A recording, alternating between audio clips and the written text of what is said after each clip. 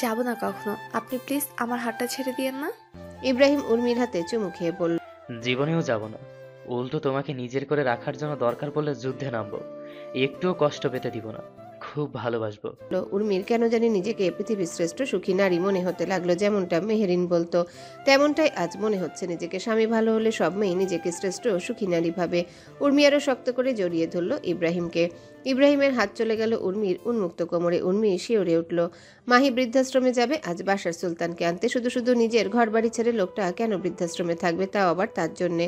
হলুদ কালারের একটা চুড়িদার পরে রেডি হয়ে নিল। এজওয়ান সোফায় বসে বসে দেখছে মাহিকে। মাহি চুল ঠিক করে সাইড ব্যাগটা নিতেই এজওয়ান বলল, কোথায় যাবে তুমি সুইটহার্ট? মাহি ব্যাগে ফোন ভরে বলল, দেখি কোথায় যাওয়া যায়। সাফানের কাছে। মাহি ভ্রু কুচকালো। কথায় কথায় শুধু সাফওয়ান আর সাফওয়ান। হুম। এজওয়ান বসা থেকে উঠে আসলো। কারণ কি যাওয়ার?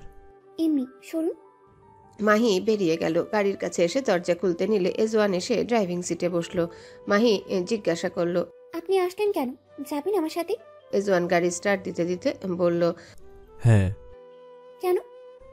মন বলেছে আমায় আজ সঙ্গে যাব তোর। মরবো আরাম করে আর বাঁচবো বড় জোর। আই মিন ক্যামেরাম্যান হব আমি। পরকীয়া করতে যাচ্ছ তো? মাহি বিরক্ত হয়ে গাড়িতে উঠে বসলো। গাড়িটা সাফওয়ানের বাড়ির দিকে গেলে মাহি বলল, আশ্চর্য, ওদিকে যাচ্ছেন কেন? বাড়ি তো এইদিকে। আমি বৃদ্ধাশ্রমে যাব, ওইদিকে যান। For what? আপনার বাবাকে আনতে। এজওয়ান গাড়ি থামিয়ে দিল। বাট ডেডি তো বৃদ্ধাশ্রমে নেই। মাহি চমকালো। নেই মানে? বাবা তো অস্ট্রেলিয়া গেছে আজ সকালে। হোয়াট? চমকাচ্ছ কেন? আমাকে বললেন না কেন? আমি নিজেই জেনেছি আজ সকালে। বাবা ফোন করে জানিয়েছিল 2 দিন পরে চলে আসবে। কি জন্য গিয়েছেন? ওখানে বিজনেসে কোনো একটা সমস্যা হয়েছে। ভাইজান যেতে পারবে না, আমিও যেতে পারবো না, সেজন্যই বাবা গেছে। বৃদ্ধ একটা লোককে দিয়ে আপনারা এত খাটান কেন? কোথায় খাটালাম? উনি নিজে থেকেই খাটছে। আমাদেরও খাটান, আমরা খাটাই না। সুলেমান সাহেবরা আসবে কবে দেশে? জন ভ্রু কুচকে বলল, what Sulaiman Sahib? You brother in law. ভাইয়া বলতে শিখো, মেজাজ ছাড়া মেয়ে। আসবে কবে? দেরি আছে। মেবি ভাইজান একেবারে বাচ্চা কাচ্চা নিয়ে ফেলবে। আমাদের যেই হাড়ি ইগনোর করা শুরু করেছে, ভাইজান ফিরলে আমিও তোমায় নিয়ে চলে যাব। ভাইজানের মতন লম্বা হানিমুন করে বাচ্চা কাচ্চা নিয়ে ফেলবো। আজাইরা প্যাচান, বলেছি না আমি আপনার বাচ্চা কাচ্চা নিব না। তুমি নিবে না? আমি ঢেলেই দেব। গাড়ি ঘুরান, বাসায় চলে যাব। এজওয়ান গাড়ি স্টার্ট দিল। কিছু দূর আসতেই এজওয়ানের পকেটে থাকা ফোনটা বেজে উঠল। এজওয়ান রিসিভ করে কানে নিতে ওপাশ থেকে জানানো হলো তরিকুল চৌধুরীকে অন্য জেলে শিফট করার সময় তিনি পালিয়ে গেছেন। এজওয়ান আশ্চর্যান্বিত হয়ে বলল, হোয়াট? মাহি এজওয়ানের এমন রিয়াকশন দেখে বলল, কি হয়েছে? এজওয়ান ফোন কেটে বলল, তরিকুলের বেটি তোমার বাপ, মানে আমার শ্বশুরমশাই জেল থেকে পালিয়ে গেছে। সকালে এই ঘুম থেকে উঠে মেহেরিন পাশে সোলেমানকে পায়নি। পুরো বাড়ি খুঁজছে, পায়নি। ফোন দিয়েছে, ধরেনি। চিন্তায় শেষ হয়ে যাচ্ছে। এলিজা লুকাস অয়নকে জিজ্ঞাসা করলে তারাও জানাচ্ছে তারা জানে না সোলেমান কোথায় গিয়েছে। সকালের খাবারটাও মেহেরিন খেতে পারল না, অস্থির হয়ে আছে। আজ তাদের বিবাহ বার্ষিকী, অথচ মানুষটাকে সে সকাল থেকেই দেখছে না। আশ্চর্য, তার কি মনে নেই আজকের দিনের কথা? মেহেরিন ভেবেছিল আজ নিজের হাতে রান্না করবে সোলেমানের সব ফেভারিট খাবারগুলো, কিন্তু লোকটা বেপাত্তা। রাগ হচ্ছে মেহেরিনের। পুরো রুম জুড়ে পায়চারি করছে। ঘড়ির কাঁটা এখন 10টা বেজে 12 মিনিট। এমন সময় বাড়ির দোরগোড়ায় এসে হাজির হলো একটা পার্সেল। এলিজা রিসিভ করে মেহেরিনের হাতে দিল। পার্সেলের উপরে কিছু লেখা নেই। মেহেরিন খুলতে শুরু করলো। প্রথমে পেল একটা চিরকুট। চিরকুটটা খুলতে অতি পরিচিত হাতের লেখা দেখে চিনতে অসুবিধা হলো না এটা কার চিঠি। প্রিয় অর্ধাঙ্গিনী, আমার সাম্রাজ্যে একমাত্র রানী, আমার অন্তরাত্মা, আমার বিবি জান, তোমাকে এই অদমের তরফ থেকে আকাশের বুকে থাকা গুণে শেষ করতে না পারা তারাগুলোর সমান ভালোবাসা। যেই ভালোবাসায় মৃত্যু ব্যতীত কোনো বিচ্ছেদ নেই, সেই ভালোবাসা আমাদের হোক। Not only for today or tomorrow, I choose you for lifetime and I promise you it is never going to changing. তোমার সাথে আমার এই 1 বছরের পথ চলাটা গিয়ে ঠেকুক 100 বছরে। তাড়াতাড়ি রেডি হয়ে এসো, আমি অপেক্ষায় আছি তোমার। ইতি তোমার অপেক্ষায় অপেক্ষাকৃত পুরুষ। মেহরিন চিঠিটা পাশে রেখে বাকি জিনিসগুলো বের করলো। একটা লং গাউন অফ হোয়াইট কালারের, সাথে ম্যাচিং হিজাব জুতা এলিজা মেহরিনকে তৈরি করে দিল। মেহরিন বেশ বুঝলো সুলতান সাহেব নিশ্চয়ই কিছু একটা প্ল্যান করেছে, কিন্তু কি হতে পারে সেটা বুঝতে পারছে না। মেহরিন আয়নায় নিজেকে দেখে নিল। এলিজাও রেডি হয়ে নিয়েছে। মেহরিনকে নিয়ে বাইরে আসতেই দেখলো লুকা আর অয়নও রেডি। এলিজা মেহরিনকে নিয়ে গাড়িতে উঠে বসলো। গাড়িটা গিয়ে থামলো সোলেমানিয়া মসজিদের সামনে। গাড়ি থেমে যেতে মেহরিনের বুক ধুকপুকানি যেন বেড়ে গেল। এতক্ষণের অস্থিরতা, অভিমান, রাগ সব মিলেমিশে এক অদ্ভুত আবেগ তৈরি করলো ভিতরে। মেহরিন নামতেই দেখতে পেল সামনে দাঁড়িয়ে আছে সোলেমান, ও পরনে অফ হোয়াইট স্যুট। মেহরিন তাকিয়ে রইল স্তব্ধ হয়ে। সোলেমান এগিয়ে এলো ধীর পায়ে। চোখের কোণে গভীর প্রশান্তি। মসজিদের আঙিনায় আগে থেকে কিছু আলেম বসেছিলেন। তাদের সামনে মাটিতে খেজুরের ঝুড়ি রাখার সাথে দুটো পানির কলস। কোনো বাড়তি চাকচিক্য নেই জৌলুস। এলিজা, লুকাস আর অয়ন পাশে দাঁড়িয়ে হাসি মুখে তাকিয়ে আছে। সোলেমান হাত বাড়িয়ে মেহরিনকে ইশারা করলো। চলো, আমাদের ভালোবাসার যাত্রা আবারও শুরু করা যাক, আল্লাহকে সাক্ষী রেখে। মেহরিনের চোখ ভিজে উঠল, তার কণ্ঠ কেঁপে উঠল। আবার বিয়ে? সোলেমান মৃদু হেসে বলল, জি বেগম, প্রথম বিয়েটা হলো রীতি মেনে, সমাজের কাছে গ্রহণযোগ্যতা, কিন্তু আমার কাছে মনে হয়েছে দায়সারাভাবে পালিত করেছিলাম। তোমাকে তোমার প্রাপ্যটা দিতে পারিনি। এবার আমি আজ এই সোলেমানিয়া মসজিদে আবার তোমাকে আমার অর্ধাঙ্গিনী করে নিতে চাই। সোলেমান মেহরিনকে নিয়ে আলেমের সামনে বসলো পাশাপাশি। আলেম স্নিগ্ধ কণ্ঠে বললেন, বিসমিল্লাহির রহমানির রহিম। আজকের এই বরকতময় দিনে নোয়াজ সুলেমান সুলতান এবং মেহরিন তাবাসসুম আপনাদের দুজনকে আল্লাহ নামে ফের নিকাহ বন্ধনে আবদ্ধ করা হচ্ছে। নিকাহ হলো ইবাদত। নিকাহ হলো অর্ধেক দিন পূর্ণ করার মাধ্যম। আপনারা একে অপরের জন্য পোশাক স্বরূপ। আপনারা একে অপরকে রক্ষা করবেন, সম্মান করবেন এবং ভালোবাসবেন আল্লাহ সন্তুষ্টির জন্য। এরপর তিনি কোরআন এর আয়াত তেলাওয়াত করলেন। আর তার নির্দেশসমূহের মধ্যে অন্যতম হলো তিনি তোমাদের জন্য তোমাদের মধ্যে থেকে সঙ্গিনী সৃষ্টি করেছেন, যাতে তোমরা তাদের কাছে প্রশান্তি পাও। আর তিনি তোমাদের মধ্যে স্থাপন করেছেন ভালোবাসা ও দয়া। আলেম আবারও বললেন, নোয়াজ সুলেমান সুলতান, আপনি কি আল্লাহ নামে সাক্ষীদের সামনে পূর্ণ ভালোবাসা ও দায়িত্ব নিয়ে মেহরিন তাবাসুমকে স্ত্রী হিসেবে গ্রহণ করেছেন? সোলেমান মেহরিনের দিকে একবার তাকিয়ে বলল, কবুল করেছি। আলেম মুখ ফেরালেন মেহরিনের দিকে। মেহরিন তাবাসুম, আপনি কি আল্লাহ নামে সাক্ষীদের সামনে পূর্ণ ভালোবাসা ও দায়িত্ব নিয়ে সুলেমানকে স্বামী হিসেবে গ্রহণ করেছেন? সোলেমান মেহরিনের হাত চেপে ধরল, চোখে চোখে ভরসা দিল। মেহরিনের খুব আব্বা আম্মার কথা মনে পড়ছে। তারা আজ এখানে থাকলে তার আব্বা তার পাশে বসে ঠিক এভাবেই ভরসা দিত। মাথায় আলতো করে হাত রেখে বলতো, বাবা আছে তো আম্মা, চোখ বুজে দম নিয়ে বলে দাও। মেহরিনের চোখ বেয়ে দুপোটা অশ্রু গড়ালো। হাতটায় ভর দিয়ে বলল, কাবুল করছি। আলেম হাত তুলে দোয়া করলেন, আল্লাহ আপনাদের দাম্পত্য জীবনকে হালাল ভালোবাসার সৌন্দর্যে পূর্ণ করুক। আপনাদের মধ্যে থাকুক প্রশান্তি, মমতা ও রহমত। তোমরা যেন একে অপরের চোখের শান্তি হন এবং এই বন্ধন কিয়ামত পর্যন্ত কল্যাণের কারণ হোক। এরপর উপস্থিত সবাই মাথা নিচু করে আমিন বলল। বিয়ে শেষে সোলেমান খেজুরের একটা টুকরো মেহরিনের মুখে তুলে দিল। মেহরিনও তার হাতে খাওয়ালো। হাসি আর অশ্রু মিলেমিশে একাকার হয়ে গেল। মসজিদের আঙিনায় আজ খুশির ঢেউ। মসজিদে আসা প্রতিটা মানুষকে খেজুর দেওয়া হলো। সবাই এই দম্পতির জন্য আল্লাহর দরবারে দোয়া করলো। বিয়ের সব আয়োজন শেষ হলে সোলেমান মসজিদে একটা মোটা অঙ্কের টাকা ডোনেশন করে। তারপর কিছুক্ষণ মসজিদে বসে থেকে বেরিয়ে আসে বউ নিয়ে। গাড়ি চলছে তার দ্রুত গতিতে। সন্ধ্যার আলো। সোলেমান মেহরিনকে নিয়ে এখন একটা রেস্টুরেন্টে যাবে। রেস্টুরেন্টটা আজকের জন্য পুরোটাই বুক করেছে। বাইরে কোনো মানুষ আজ ঢুকতে পারবে না।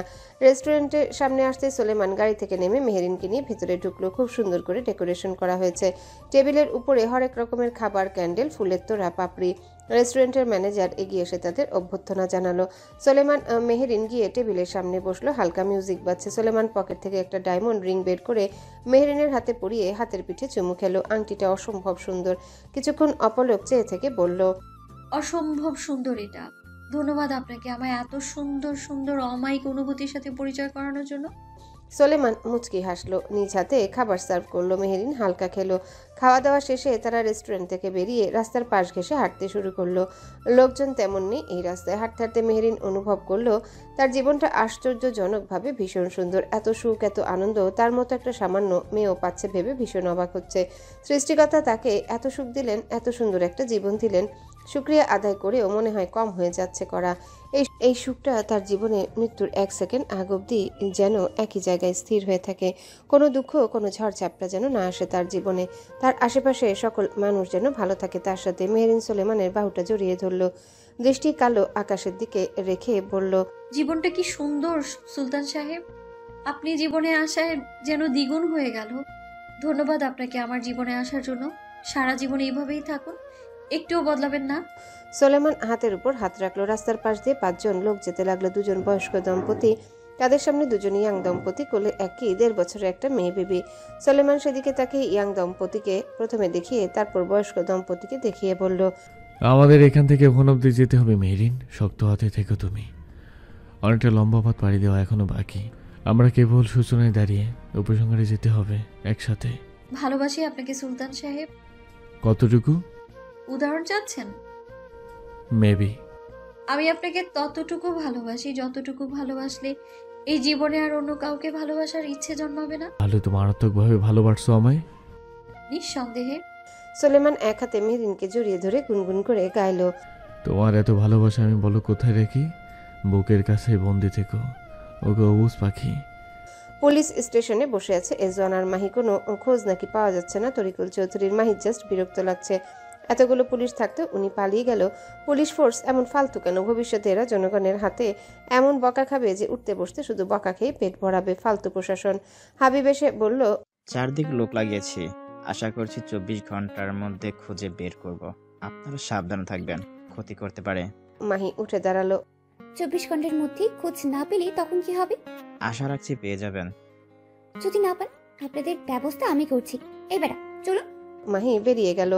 এজওয়ান বুড়ো আঙ্গুল দেখিয়ে বলল, অল দ্য বেস্ট হাবিবুল্লাহ। বউ আমার আপনি দেখে নেবে। সামান্য অপরাধী সামলাতে পারেন না, আর আসছেন দেশের জনগণের নিরাপত্তা নিশ্চিত করতে। উত্তম মাধ্যমে দেওয়া উচিত আপনাকে। সরকারের টাকা খাচ্ছেন আর পেটে চর্বি বাড়াচ্ছেন। চর্বি কমানোর ব্যবস্থা করা উচিত। শ্বশুর খোঁজে না দিলে শাহবাগে গিয়ে আন্দোলন করব আমি। এজওয়ান কথাগুলো বলেই বেরিয়ে আসলো। গাড়ির কাছে এসে দেখলো মাহি চিন্তিত। এজওয়ান ড্রাইভিং সিটে বসে বলল, আরে চিন্তা করো না, পুলিশ ব্যর্থ হলে আমি আছি তো, আমি খুঁজে বের করব। মাহি জানতে চাইল, কি করি? সিক্রেট। তোমায় যেভাবে খুঁজে বের করেছি সেভাবেও শ্বশুরকেও খুঁজে বের করব। পুলিশ, সিআইডি, আর্মি হেল্প করেছিল আপনার? অতি সামান্য। না করলেও আমি নিজের ক্ষমতা দেখিয়ে বের করে নিতাম। আপনি কে বলুন তো? কিসের ক্ষমতা আছে আপনার? টপ সিক্রেট তরিকুলের বেটি, জেনে গেলে তো সব শেষ। লুকোচুরি কিসের? লুকোচুরি করে খেলায় যে মজা, সেই মজা আর কোথাও নেই। মুখোশ পরে থাকতে ভালোই লাগে না, তাই না বলো? চোখের সামনে থাকে অথচ আমরা পুরো পৃথিবী ঘুরে খুঁজি তাদের। মাহি ভড়কে গেল। মানে এই যে তোমার বাপই মেন কালপিট, অথচ সে তোমার সামনে ছিল। তাকে না মেরে মারতে গিয়েছিল আমার বাপকে। তোমার জায়গায় অন্য কেউ থাকলে আমি কি করতাম তার জন্য? কি করতেন? নিজে হাতে জবাই দিয়ে খিচুড়ি বেঁধে কুত্তাকে খাওয়াতাম। কিন্তু আনফরচুনেটলি তুমি হওয়ায় কিছুই করতে পারিনি। করতেন না, করেছে কি? My heart so don't hurt your girls as one, don't hurt. নিবাসে আসার 7 ঘন্টা পর থানা থেকে খবর আসলো চট্টগ্রামের এক জঙ্গলে তরিকুল চৌধুরীর মৃতদেহ পাওয়া গেছে। কথাটা শুনে মাহি 2 সেকেন্ড থম মেরেছিল। খুন হয়েছে তরিকুল চৌধুরী। এজওয়ান মাহিকে নিবাসেই থাকতে বলল, কিন্তু মাহি থাকলো না। এজওয়ানের সাথে বের হলো চট্টগ্রামের উদ্দেশ্যে। গভীর এক জঙ্গলে অতি নিকৃষ্টভাবে পড়ে আছে তরিকুল চৌধুরীর মৃতদেহ। খুব বাজেভাবে শরীরটা কোপানো হয়েছে। শরীর থেকে মাংস খুলে জায়গায় জায়গায় পড়ে আছে। মাথার উপরের অংশটা একেবারে আলাদা হয়ে গেছে। সাধারণ মানুষ এই মৃতদেহ দেখলে সাথে সাথে বমি করে দিবে নিশ্চিত। মাহি একবার দেখলো, উল্টি এসে গেল। কেন জানি খুব আফসোস হচ্ছে যে মরেছে। তার জায়গায় মাহি থাকলে আরো জঘন্য মৃত্যু উপহার দিত এই তরিকুল চৌধুরীকে। জ্যান্ত শরীরে আগুন ধরিয়ে দিত। তার আগে পাগলা কুকুর দিয়ে শরীরটা খুব লেখা হতো। আফসোস হচ্ছে এই কারণে মৃত্যুটা অন্য কেউ দিলে বলে। কিন্তু দিলটাকে শালার গবেট। পুলিশ বলছে হয়তো ডাকাতদের কবলে পড়েছিল, কিন্তু কথা হচ্ছে ডাকাতরা কি বা নিবে তার থেকে যে হত্যা করবে এভাবে? কি ছিল থানায়? নিশ্চয়ই তার কাছে ফোন, টাকা পয়সা ছিল না। তাহলে কিসের জন্য মারবে? এজওয়ান ঠোঁট বাঁকিয়ে দেখছে মৃতদেহটাকে। হাবিবের দিকে তাকিয়ে বলল, মৃত্যুটা যেমন একটা জ্যামস করে দেয়নি তারা, তাই না? Constable hood, sorry inspector Habib. Habib ভ্রু কুচকালো। এই জঘন্য মৃত্যুটা দেখেই বলছে জম্পেশ মৃত্যু দেয়নি, এর চেয়েও জঘন্য মৃত্যু দেওয়া যায়? এজন মাহির দিকে তাকিয়ে বলল। তরিকুলে বেটি কাঁদবে না। মাহি ভ্রু কুচকে বলল, কাঁদবো কোন দুঃখে? তোমার বাবা যে আর নেই এই পৃথিবীতে। আল্লাহ, কাঁদবে না তুমি। না, আমার চোখে জল এতটাও সস্তা না যে ওনার মতো নিকৃষ্ট মানুষের মৃত্যু দেখে কাঁদবো। You happy? ভীষণ। তাহলে আইও হ্যাপি। আমি ভাবছিলাম তুমি কাঁদলে আমিও তোমার দেখা দেখি একটু কান্না অভিনয় করব। মারে চোখে গ্লিসারিন নিতাম, সেজন্যই দেখো গ্লিসারিনও নিয়ে আসছি পকেটে করে। এজন পকেট থেকে গ্লিসারিনটা বের করে দেখালো। মাহি সরু চোখে তাকালো। আল্লাহ, এই লোকটা এমন কেন? তরিকুল চৌধুরীর মৃতদেহটা ঢাকা এনে পোস্টমর্টমে পাঠানো হলো। তাকে মূলত ধারালো কুড়াল দিয়ে মারা হয়েছে। মারার আগে তাকে নেশা জাতীয় কিছু খাওয়ানো হয়েছিল। সন্দেহজনকভাবে প্রথম সারিতে হাবিব টার্গেট করলো মাহিকে। মাহির সাথে তরিকুল চৌধুরীর সাপ নেউলে সম্পর্ক হয়তো মাহি করেছে বা করেছে, আর এখন অভিনয় করছে তাদের সামনে। আর দ্বিতীয় সারিতে রাখলো এজওয়ানকে। রোজ দুবেলা করে হাবিব আসে সুলতান নিবাসে কথা বলতে। এজওয়ান রীতিমতো বিরক্ত হাবিবের উপর। উর্মি কিছুটা সুস্থ হতেই মহাদেবপুর রেখে এসেছে ইমন। শোনা যাচ্ছে সেপ্টেম্বরের দিকেই বোধহয় স্কুল কলেজ সব খুলে দেওয়া হবে আস্তে ধীরে। ইতি বেগম চেয়ারম্যান বাড়ি গিয়েছে ধারের টাকা দিতে। এখনও তারা 1 লাখ টাকার মতো দেনা। ইমন 10,000 দিয়ে গেছে, সেটাই দিতে গেছে। চেয়ারম্যান টাকাটা নিল। ইতি বেগমের দিকে তাকিয়ে বলল, মাত্র 10,000 দিলে? বাকি টাকা কবে দিবে ইমনের মা? 2 বছর ধরে টানতেছ। ইতি বেগম বলল, ভাই আস্তে ধীরে শোধ করে দিব। বোঝেনি তো, ছেলেটা যা টাকা পয়সা পায় সেটা দিয়ে ওর নিজের চলাফেরা সংসারে খরচ করে যা বাকি থাকে সেটা আপনার হাতে তুলে দিই। আর কয়টা মাস সময় দেন? তোমারে একটা কথা বলবো বলে আর বলা হচ্ছে না। জি ভাই বলেন, কি কথা? উর্মিরে আমাদের সোহানের জন্য নিতে চাই। তুমি যদি রাজি থাকো তাহলে প্রস্তাব নিয়ে যাইতাম। একটা আত্মীয় সম্পর্ক হয়ে গেলে তখন আর এই লেনদেনের সব চুকে যেত। সোহানের বেশ পছন্দ উর্মিকে। ইতি বেগম দোটানায় পড়ে গেল। নিঃসন্দেহে সোহান একটা ভালো ছেলে, তবে এত বড় বাড়ির সাথে সম্বন্ধ করবে না, বিষয়টা ভালো দেখায় না। ইমনের সাথে কথা বলে নি ভাই, দেখি ইমন কি বলে। আচ্ছা, ইমন কি বলে জানাইও আমায়। ইতি বেগম বাড়ি ফিরে ইমনকে ফোন করে সব বলল। ইমন সাথে সাথেই না করে দিল। টাকার পাট চুকানোর জন্য এই সম্বন্ধ শুনে মেজাজ গরম হয়ে গেছে ইমনের। সে যত তাড়াতাড়ি সম্ভব চেয়ারম্যানের টাকাটা শোধ করে দেওয়ার চেষ্টা করবে। ইমনের আত্মমর্যাদা একটু বেশি। এই সম্বন্ধে রাজি হলে ভবিষ্যতে তার বোনকে যে খোঁটা শুনতে হবে না, এই টাকা নিয়ে তার কি গ্যারান্টি? আর তাছাড়া বোনটা এইচএসসি আগে পাশ করুক। উর্মি জানে না চেয়ারম্যান বাড়ি থেকে তার বিয়ের জন্য প্রস্তাব রাখা হয়েছে। ইতি বেগম জানায়নি, জানানোর প্রয়োজন মনে হয়নি। যাকে জানানোর প্রয়োজন মনে হয়েছে তাকেই জানিয়েছে। পরের দিন চেয়ারম্যানকে বলল, ইমন এখনই বিয়ে দিবে না, বোনের এইচএসসি এটা শেষ হলে ভাববে। চেয়ারম্যান সাহেব কিছুটা রেগে গিয়েছিল। এত বড় বাড়ি থেকে প্রস্তাব পাঠালো নিজে থেকে, আর এরা না করে দিল শুধুমাত্র ছেলের পছন্দ বলেই বলেছি। তা না হলে এমন বাড়িতে কে বিয়ে দেয় ছেলের, যাদের নুন আনতে পান্তা ফুরায়? শুধু বলল, টাকাটা তাড়াতাড়ি শোধ করার চেষ্টা করো। অন্ধকার এক ঘর, ঘরের ভিতরে বাহিরের আলো প্রবেশ করে না বললেই চলে। কাঠের এক চৌকিতে নিস্তব্ধ হয়ে শুয়ে আছে এক রমণী। শিকলে হাত পা বাঁধা, পাশেই খাবারের থালায় খাবার পচে আছে। জানা গেল 2 দিন ধরে কিছুই খাচ্ছে না। খবর পেয়ে রুমের ভেতর প্রবেশ করলো কেউ। নাম ধরে ডাকলো রমণীর।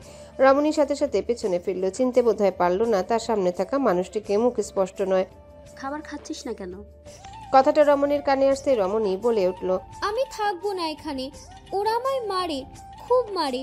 দেখো গাল দিয়ে রক্ত বের হচ্ছে। রমণীর গালের এক সাইডে দেখা গেল রক্ত। চটটা যে রমণীর সামনে থাকা মানুষটাই মেরেছে। যদি বুঝতো তাহলে বোধহয় বাচ্চাদের মতো করে এভাবে অভিযোগ জানাতো না। কথা না শুনলে তো মারবেই। আমাকে নিয়ে যাও না, ওরা পচা, আমার সাথে বাজে কাজ করে। আমি আমার ছেলের কাছে যাব। ও কোথায়? ও আমায় খোঁজে না। আমার ছেলেটা কাঁদছে আমায় না পেয়ে। আমি ওর কান্নার আওয়াজ পাচ্ছি। তোমরা পাচ্ছ? ওই তো মামা বলে কাঁদছে। নাম কি তোর ছেলের? রমণী ভাবুক হয়ে গেল। মনে পড়ছে না কি নাম তার ছেলের। কি নাম আমার ছেলের? তোমরা জানো? চিনো আমার ছেলেকে? চিনলে ওকে বলো আমাকে এখানে আটকে রেখেছো তোমরা। আমার ছেলে এসে আমাকে নিয়ে যাবে। আসবে না তোর ছেলে? কথাটা শেষ করে এগিয়ে আসলো। হাতে থাকা ইঞ্জেকশনটা পিঠে পুশ করে দিল। ব্যথায় চোখ মুখ কুঁচকে গেল। মিনিট 2-এর মধ্যে রমণী সেন্সলেস হয়ে ঢুলে পড়ে গেল বিছানায়। সেপ্টেম্বরের শুরুর দিকে মেহরিনা সোলেমান বাংলাদেশে আসলো। এলিজার এলিজার কি যে মন খারাপ হয়েছিল মেহেরিনের চলে যাওয়ার কথা শুনে। অনেকক্ষণ জড়িয়ে ধরেছিল। মেহেরিন এলিজাকে বলল সময় বের করে বাংলাদেশে আসতে। ডক্টর অয়নও আসবে বলেছে খুব শীঘ্রই বাংলাদেশে এসে মেহেরিনকে নিয়ে সোজা নওগাঁ আসে সোলেমান। 12 তারিখ থেকে স্কুল কলেজ খুলবে, তাই আর ঢাকায় নিল না। মেয়ে এসেছে শুনে মোতালেব ভুইয়া সুলতান ভিলায় আসে। যাওয়ার সময় তো দেখা করতে পারেনি, ভিডিও কলে দেখে কি আর বাপের মন ভরে। ভিলায় এসে মেয়েকে বুকে টেনে আদর করলো, কিন্তু সাহস করে বলতে পারলো না মেয়েকে নিয়ে যাওয়ার কথা। আসলোই তো আজ, 2 দিন থাকুক, তারপর না হয় নিয়ে যাবে। মেয়ের জামাইয়ের সাথে কথাবার্তা বলে সন্ধ্যার পর চলে গেল। তারপরের দিন সোলেমানও চলে গেল। মেহেরিনকে বলল কলেজ খুললে ভালো মতো পড়াশোনা করতে, কিছুদিন পরই আবার আসবে দেখা করতে। মেহেরিন ভিলায় ফিরেই লক্ষ্য করল রুমাইসার অনেক পরিবর্তন এসেছে। আফিয়া সুলতান ফোন করে বলেছে এই বিষয়ে। রুম থেকে প্রায় বের হয় না বললেই চলে, সারাদিন ফোন নিয়ে রুমের ভেতরে থাকে। 3 বেলা খাওয়ার সময়ও তাকে ডাকতে হয়। মেহেরিন রুমাইসার রুমে আসলো। রুমাইসা ফোনে টাইপিং করছিল। মেহেরিনকে দেখে থামিয়ে দিল, ফোনটা বালিশের নিচে রেখে বলল, কিছু বলবে ভাবি? মেহেরিন বিছানায় বসে বলল, না, আমি এমনি দেখা করতে আসলাম। সব ঠিকঠাক তোমার? একদম ফার্স্ট ক্লাস। তুমি নাকি ভীষণ ব্যস্ত থাকো, আম্মা ফোন দিয়ে বলতো। আম্মু বলেছে? হ্যাঁ, আসলে ভার্সিটি খুলেছে তো সেই জন্য ব্যস্ত। মেহেরিন চুপ করে শুনলো। রুমাইসা বুঝতে পারলো না মেহেরিন আদৌ বিশ্বাস করেছে কিনা কথাটা, সেজন্য বলল, ফুচকা খাবে? মেহেরিনের মাইন্ড ঘুরে গেল। অনেক মাস ধরে ফুচকা খায় না সে। বাবা কোথায়? আছে রান্নাঘরে, তুমি বসো, বানিয়ে আনছি। রুমাইসা আলতো করে বালিশের নিচ থেকে ফোনটা নিয়ে বেরিয়ে আসলো। রান্নাঘরে এসে কাজের বুয়াকে ফুচকা বানিয়ে দিতে বলল। ডাল আগে সিদ্ধ করা ছিল ফ্রিজে, বুয়া সবকিছু রেডি করে দিল। রুমাইসা ফুচকার একটা ছবি পাঠিয়ে দিয়ে বলল, ভাবির সাথে এখন বিজি আছি, পরে মেসেজ দিবেন। রুমাইসা ফুচকা নিয়ে রুমে আসলো। মেহেরিন ঘুরে ঘুরে দেখছিল রুমটা। রুমাইসা ফুচকার প্লেট টেবিলের উপর রেখে বলল, ভাবি আসো। মেহেরিন চেয়ার টেনে বসলো। চামচ দিয়ে টক উঠিয়ে ফুচকায় ভরে মুখে নিল। অমৃত লাগলো মনে হলো, কিন্তু ঝাল ছিল অনেক। তারপরেও মেহেরিন খেয়েছে। খাওয়ার শেষে ঝালে তরপাতে লাগলো। রুমাইসা ঠান্ডা পানি এনে দিল। মেহেরিন খেয়ে একটু শান্ত হলো। রুমাইসার ফোনে মেসেজ আসার সাউন্ড বেজে উঠলো। রুমাইসা ফোনের দিকে তাকিয়ে দেখলো তূর্ণ পাঠিয়েছে। হয়নি খাওয়া? ওই কি রে, কত খাচ্ছ? এত খেলে পেট খারাপ হবে, ডায়রিয়া হবে, তখন শুধু বাথরুমে দৌড়াতে হবে। মেহেরিন জাস্ট মেসেজটা দেখতে পারলো কিঞ্চিত। নামটা দেখার আগে স্ক্রিন বন্ধ হয়ে গেল। মেহেরিন ভাবলো হয়তো কোনো ফ্রেন্ড হবে, প্লেট নিয়ে চলে গেল। রুমাইসা মেসেজ সিন করতে ওপাশ থেকে ফোন আসলো। রুমাইসা ব্যালকনিতে এসে রিসিভ করলো ফোনটা। আপনি পাগল, এত মেসেজ কেন দিচ্ছিলেন? আমি বললাম না আমি ব্যস্ত ভাবির সাথে। তূর্ণ গা ছাড়া ভাব নিয়ে বলল, দিব না মেসেজ, এতক্ষণ লাগে খেতে? এতক্ষণই লাগে। আলুভেও। রুমাইসা হাসলো। দিনে কম করে হলেও 100 বার বলবে আই লাভ ইউ। 5 মিনিট আগেও বলেছেন এটা। আবার বলছি, রেসপন্স করো। কতবার করব? আমি যতবার বলবো। আপনি তো এখনো দেখাই দিলেন না আমায়। দিব তো। কবে? খুব শীঘ্রই। শোনো, আমরা সারাদিন যেখানে দেখা করব সেখানে তুমি সাদা রঙের শাড়ি পরবে, আমি সাদা শার্ট পরে আছি। কানের পাশে লাল একটা গোলাপ গুজবে। সাজার ইচ্ছা হলে সাজতে পারো, আই হ্যাভ নো প্রবলেম। আমার শাড়িটা নেই। আমি পাঠাবো। এই না। আমি শুনবো নাকি তোমার বারণ? ঠিকানা জানেন? এই যুগে ঠিকানা জানা কোনো ব্যাপার হলো? সব জানি। শোনো রুমু, বলুন। আমার মাস্টার শেষ হলেই আমি তোমাকে বিয়ে করে নিব। ততদিন অপেক্ষা করবে তো আমার জন্য? অন্য কাউকে বিয়ে করবে না যেন। রুমাইসার কি যে ভালো লাগে ছেলেকে। এই ছেলে বাস্তবে দেখতে সুন্দর না হলেও সে থেকে যাবে তার সাথে। অপেক্ষায় থাকবো। তোমাকে নিয়ে আমি দেশ বিদেশ ঘুরবো। তোমার খুব ঘোরার ইচ্ছা, তাই না? ভাই আমায় ঘুরতে যেতে দেয় না। তাও এবার গিয়েছিলাম সুন্দরবনে আপনার জন্য, কিন্তু আপনি আসলেন না। ফার্স্ট টাইম ঘুরতে গিয়েছিলে এবার? এমনি গিয়েছি ঢাকা ভাইয়ার কাছে, আর এবার বরিশাল নানু বাড়ি। আর কোথাও যাইনি কখনো। দেয় না কেন? তোমার ভাইয়া তো কয়দিন পরপরই বিদেশ ট্যুর দেয়। কাছে যাই ভাইয়া, আর ভাইয়া খুব চিন্তিত থাকে আমাদের নিয়ে। তার আড়ালের বাহিরে গেলেই যদি কেউ কোনো ক্ষতি করে ফেলে সেই জন্য যেতে দেয় না। আমি তো তোমার ভাইয়ের চোখের আড়ালে নিয়ে যাব তোমায়, তখন কি হবে? তখন আমার রেসপন্সিবিলিটি আপনার থাকবে, আমার ভাইয়ার না। আমার সেফটির দায় আপনার থাকবে। আশা করি সেফটির দিক দিয়ে আমি 100-এ 99। আর তোমার ছোট থেকে বড় সব ইচ্ছা স্বপ্ন ইনশাল্লাহ আমি পূরণ করব। ইনশাল্লাহ। তরিকুল চৌধুরীর মার্ডার কেসে একটা ক্লু পাওয়া গেছে। একটা কালো পোশাকধারী লোক হত্যা করেছে তরিকুল চৌধুরীকে। সিসিটিভি থেকে ঝাপসা দেখা গিয়েছে। আর সে লোক বা মেয়ে যেই হোক না কেন, তিনি হেলিকপ্টার দিয়ে পাশের দেশ ইন্ডিয়ার দিকে চলে গিয়েছে, যার কারণে কেসটা আগাচ্ছেই না। মাহিও চিন্তায় পড়ে গেছে কে মেরেছে, আর ভারতের সাথে তার কি যোগসূত্র। ভারতের কেউ মেরেছে?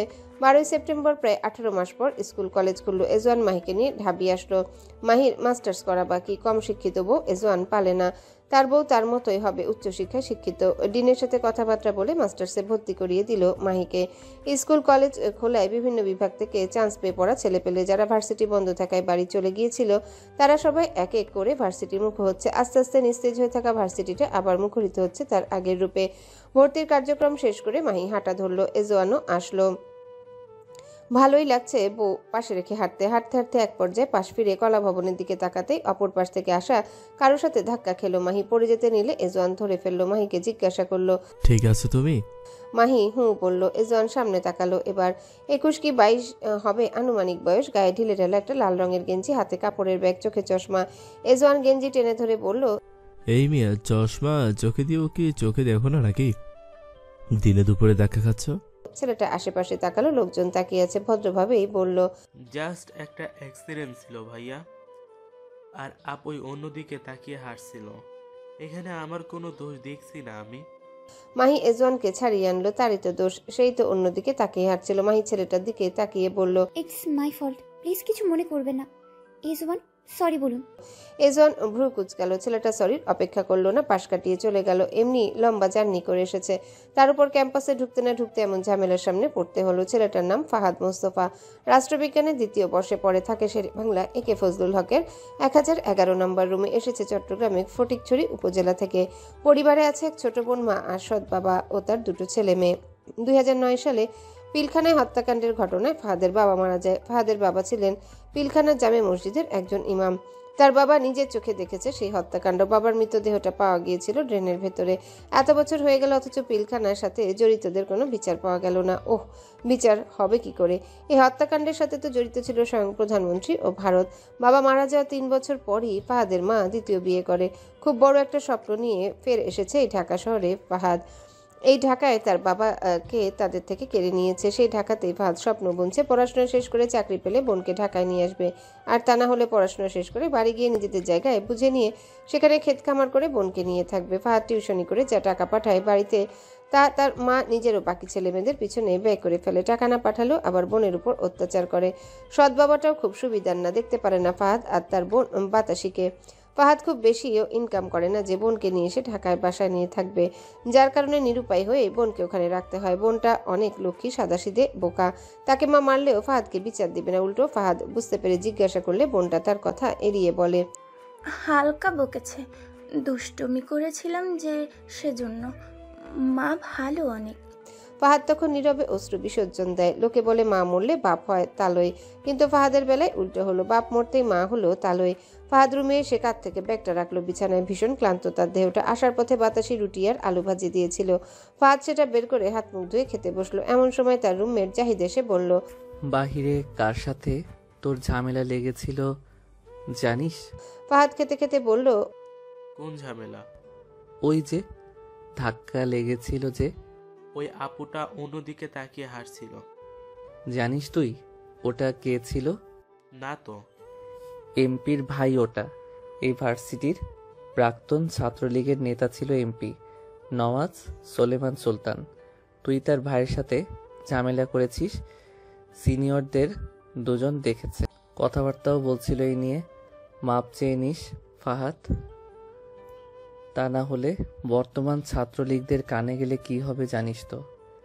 এমনি হলে যাকে তাকে শিবির জঙ্গি ট্যাগ দিয়ে অ্যাটাক করে, তখন আরো বেশি করে অ্যাটাক করবে। ফাহাদ আশ্চর্য হলো। সে কি ঝামেলা করেছে? সে তো আরো পাশ কাটিয়ে চলে এসেছে। ফাহাদ আর মাথা তেমন না ঘামিয়ে আসরের আজান শুরু হতে উজু করে নামাজ পড়তে চলে গেল। কদিন পর মোতালেব ভুইয়া আসলেন মেয়েকে নিয়ে যেতে। আফিয়া সুলতান যেতে দিলেন। অনেক মাস পর নিজের বাড়িতে এসে প্রশান্তি অনুভব করলো মেহেরিন।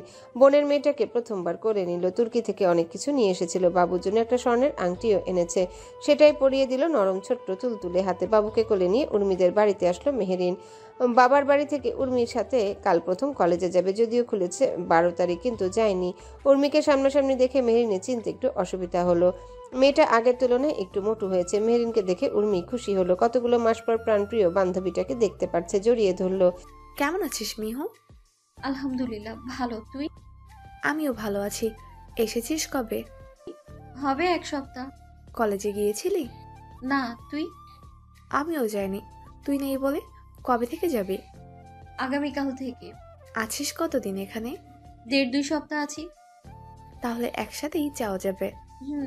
ইতি বেগম রান্নাঘর থেকে উকি দিল। মেহেরিনের গলা শুনলো। মনে হলো মেহেরিনকে দেখে একটা দীর্ঘশ্বাস বের হলো। মেয়েটা অনেকটা শুকিয়ে আছে, মুখ দেখে বোঝা যাচ্ছে, অথচ তার ছেলেটা শুকে নেই, এখনো মেহেরিনকে আঁকড়ে ধরে আছে। মেহেরিন ইতি বেগমকে জিজ্ঞাসা করলো, কেমন আছো চাচি? ইতি বেগম স্মিত হেসে বলল, এই তো আল্লাহ যেমনটা রাখছে। আজই আসলে নাকি শ্বশুরবাড়ি থেকে? জি চাচি। জামাই আসেনি? না, উনি ঢাকায় চলে গেছে, কাজ আছে তো সেই জন্য।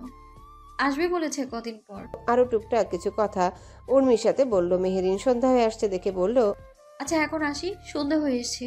বাবুকে নিয়ে বাইরে থাকাটা ঠিক হবে না, তুই আসিস বাসায়। আচ্ছা। মেহেরিন চলে গেল। এজন মাহির জন্য মাস্টার্সের বই কিনে এনেছে লাইব্রেরি থেকে। টেবিলের উপর বইগুলো রেখে বলল, সুইটহার্ট, বই সব এনেছি। এবার জান মান প্রাণ সব দিয়ে পড়াশোনা করো। মাস্টার শেষ করে পিএইচডি করতে নিয়ে যাবো তোমায়। মাহি বইগুলো উল্টে পাল্টে দেখলো। আপনার না অস্ট্রেলিয়া যাওয়ার কথা ছিল, তার কি হলো? ওখানে তো এখনো বিশ্ববিদ্যালয় খোলেনি, মেবি জানুয়ারিতে খুলবে। খুললে যাব তোমায় নিয়ে। আর তারা এখনো আমায় ইমেলই দেয়নি। কিসের email? Melbourne university annual research excellent awards অনুষ্ঠানেই ইমেল। কি নিয়ে পড়াশোনা করেন আপনি? বাংলা সাহিত্য নিয়ে। রীতিমতো প্রেম প্রীতি পরকীয়া নিয়ে পড়ে পড়ে নিজেকে দর্শন করেছি। ফালতু কথাকার। বাংলা নিয়ে পড়লে আপনাকে তারা রিসার্চ এক্সেলেন্স অ্যাওয়ার্ডস অনুষ্ঠানের জন্য কেন ইমেল করবে? বাংলায় ভাষণ দেওয়ার জন্য? হ্যাঁ। মাহি ভাবুক হয়ে বলল, হ্যালো বন্ধুরা, পরবর্তী পার্ট খুব তাড়াতাড়ি আসবে, তো সবাই অপেক্ষায় থাকো। আর চ্যানেলটি যারা এখনো সাবস্ক্রাইব করোনি তারা পরবর্তী পার্ট দেখার জন্য চ্যানেলটি সাবস্ক্রাইব করে রেখো। ধন্যবাদ সবাইকে, আমাদের সাথেই থেকো।